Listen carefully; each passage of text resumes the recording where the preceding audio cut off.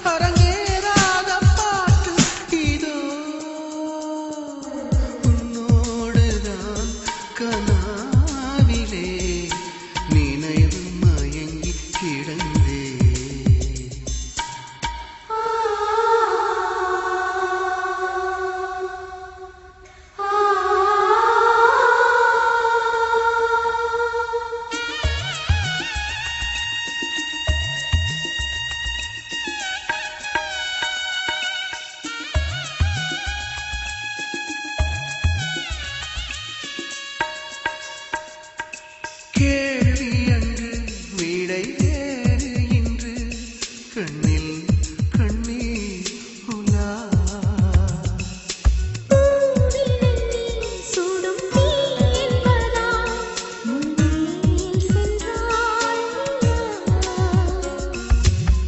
மனதில் வீசும் புயலை ரசித்து வாழும் மழலை